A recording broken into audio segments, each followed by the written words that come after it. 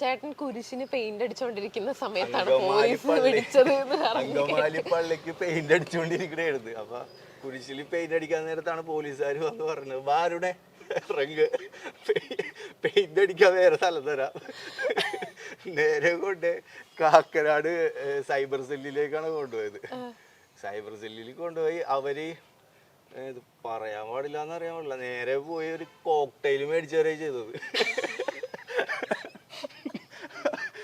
കാരണം ഞാൻ പറഞ്ഞു സാറുമാരോട്, സാറേ എന്തിനാണ് ഇത് ഇത്രയും വന്ന് റിസ്ക് എടുത്തത്, ഞാൻ വിളിച്ചു കഴിഞ്ഞാൽ ഞാൻ വന്നാനല്ലോ കാട്, ഒരു വാക്ക് പറഞ്ഞിടത്തേക്ക് ഞാൻ കൂടെ വന്നാലേ. അതെ, എന്തിനാണ് ഇത്രയും പോലീസുകാരായിട്ട് ഇവിടെ വന്ന് ഇത്ര ഡീസൽ കത്തിച്ചതിന്റെ കാര്യമില്ല.